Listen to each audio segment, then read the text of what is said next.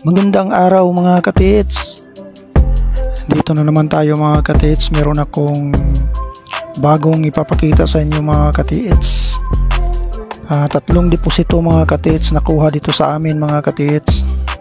Bago lang mga katits. Ayan, kung nakita niyo yan, yellow bamboo yan, yung tinatawag nilang Chinese bamboo mga katits. Sa harapan yan mga katits ay yung sementeryo namin, kasi yung nakunan mga katits ay nasa sementeryo mga katits, sementeryo namin. Tatlo yung nakuhang deposito. So ayan yung kahoy na yan, at saka yan, naka-triangle kasi yung mga puno dyan mga katits. Tatlong deposito ang nakuha mga katits, at sa isang kahoy na yan, yung tinuturo ko mga katits ay nasa baba niya ng nakuhang deposito. Yan ay naka-enclose in the rock mga katits, pero hindi mo mahalata mga katits kasi nakapadir yung bato. Diyan pala binubutasan ng mga hapon mga katits at nilagay sa ilalim. At yung marka mga katits na nasa harapan. Bali ang nakuha dyan mga katits, dalawang giveaway at saka isang medium deposit mga katits. So yan mga katits, ating puntahan yung butas na nakunan mga katits. Solid na bato yan mga katits, hindi basta-basta yan na mabubutas. So sa puno na yan mga katits, baliti yan, old baliti tree mga katits. At sa baba ng puno na yan, ayan mga katits, alignment to the east yan mga katits. Nasa east yung nakunan mga katits. Kasya lang yung isang tao dyan sa butas na yan. Talagang grabe yung nakakuha nito mga katits. Hindi Pinoy ang nakakuha, kundi Amerikano mga katits. Dayong Amerikano nakakuha dyan. Ating pasukin yan mga katits. Subukan nating pasukin yan para ipakita natin sa inyo para totoo yung sinasabi ko mga katits. Kasya lang yung isang tao dyan mga katits. At ating papasukin yan. Linisan ko muna, baka may ahas dyan. Kasi maraming yung tawag na lawa-lawa. So linisan ko muna mga katits. So ayan, ating papasukin yan mga katits. Mababaw lang mga katits, pero mahirap kunin kasi nasa loob ng bato talaga nilagay ng hapon. Yung entrance lang niya kailangan mong basagin kasi dyan nila dinaan. Bato lang din ang nilagay dyan mga katits, pero tinapalan ng simento yung bato. Pinalaman lang yung bato, pero nung na-open na yan, so yan na yung itsura niya sa loob. Atin yung pasukin mga katits. Tingnan natin mga katits. Tingnan nyo mabuti mga katits, dahil yung marka niyan ating ipapakita ngayon. Talagang enclose in the rock talaga yung marka mga katits, at napakasimple lang. Parang lang to itong butas na to mga katits, parang tayo lang ng isang tao. Mga 7 feet siguro mga katits. Ayan. So ayan mga katits. So, wala na yung sa ilalim, talagang na.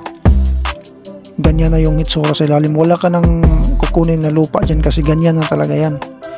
Sabi nila, yung nakuha dyan mga katits ay 1 box lang.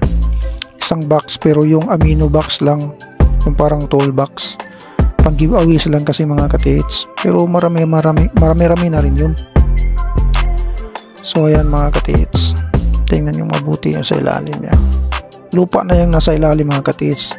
Sinasadya nila yan para malamig pa rin yung pinaglalagyan ng deposito mga katits, kasi hindi pwedeng mainit yung lalagyan. Kailangan meron talagang nagpapalamig sa item mga katits. So kaya lupa yan mga katits.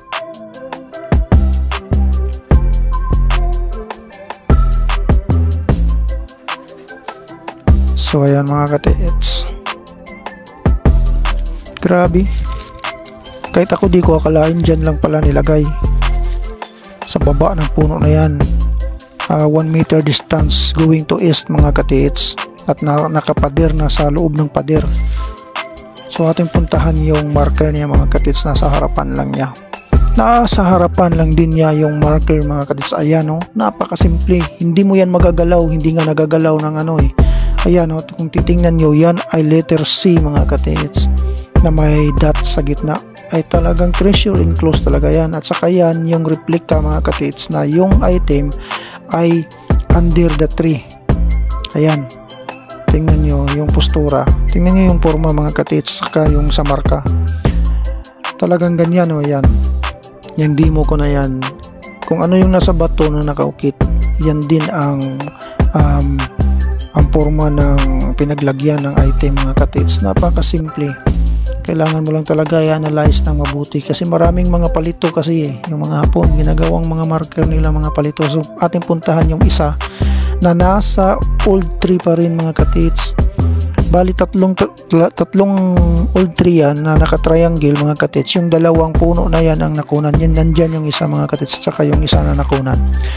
Ito mga katits, ang isa naman nasa east na naman mga katits. Grabe ang history nito mga katits. Yung nakakuha nito ay, ang nakahukay nito ay mga tao lang na Pinoy. Mga kasama ko lang dito sa lugar namin. Naghuhukay sila para libingan ng patay. Pero nung nahukay nila, mga 7 feet mga katits, ang nakita nila ay pantyo ng bata. Semento na parang pantyo ng bata kalaki.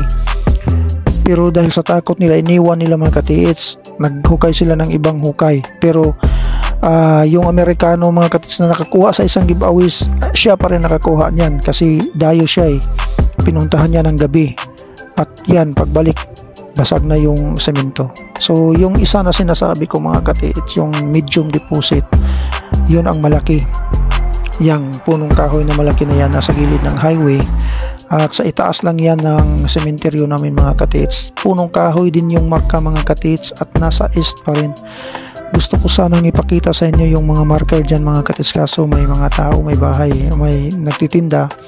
So sa susunod mga katits ating puntahan yan. Kasi maganda yung marker dyan. Tatlong question mark na nakaharap sa east, sa malaking bato na kaukit mga katits, at sa baba lang mismo ng bato na yun mga katits na nakaharap sa east ang nakunan. At yung bato na yan mismo ang pinaglagyan mga katits.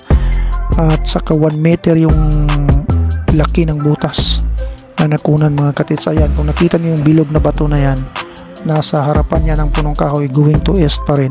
Yan ang nakunan mga katits. Kung titinang nyo, napakabilog ang bato.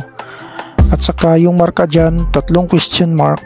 Tapos may bungo ng tao, na literal talaga bungo ng tao na nakalagay sa baba ng bato na yan mga katits, na nakaharap sa east. At dyan lang din pala mismo sa bato na yan, yung bungo pala ay nagrepresent yun mga katits, na yung bato na yan mga katits. At yung butas sa mata ay may butas talaga yung bato na yan. Kasya lang yung isang tao dyan sa butas na yan. Talagang grabe yung nakakuha nito mga katits. Hindi Pinoy ang nakakuha, kundi Amerikano mga katits. Dayong Amerikano nakakuha dyan. Ating pasukin yan mga katits. Subukan nating pasukin yan para ipakita natin sa inyo para totoo yung sinasabi ko mga katits. Kasya lang yung isang tao dyan mga katits. At ating papasukin yan.